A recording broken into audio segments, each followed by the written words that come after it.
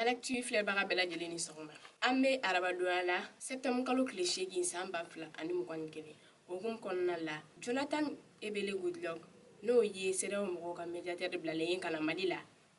O ye jamalada jɔ sigi Sheraton kɔnɔna la. Okumu kɔnɔna la a y'a yira ka fɔ ale nana kun min kama n'o ye ka transition tɛmɛko ɲuman lawaleya ani ka élection ɲuman kɛ k'a kɛ a kɛ kuma fana na. A ka kumaw b'a yira ka fɔ ka jateminɛli bɛrɛ fɔ barisa k'a ni président de la république kan ka ɲɔgɔn ye n'o ye Assimi Goïta ye bi arabadonya in na.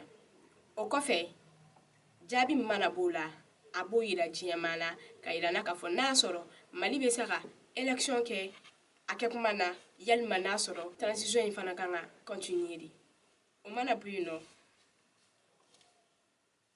aw bɛɛ b'a kalama ka fɔ États-Unis le 11 septembre o kɛra don lajabalenba ye olu maaw bolo barisa fagali barika bonyana ye kosɛbɛ.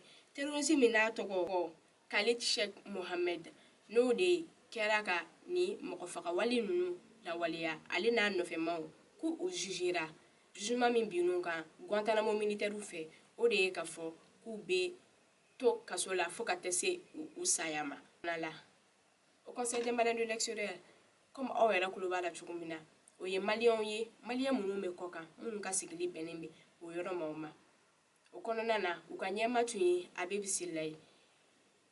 Sɛgɛsɛgɛliw taara yira ka fɔ Abibu Sila tɛ ɲɛma ye bilen barisa a ka mandat tɛmɛna wa Abibu Sila yɛrɛ fana ko n'a y'a bɔ a yɛrɛ la k'a fɔ k'a b'a présenter ni Au Conseil des malades de l'extérieur tɔgɔ ye yɔrɔ yɔrɔ la ko darisi million 10 o binnen don a kan barisa a jatelen tɛ Au Conseil chef ye bilen. Laseli minnu kun b'an bolo ka lase aw ma o ye nin ye. An b'a fɔ a k'an bɛn a ɲɔgɔnna wɛrɛ ma.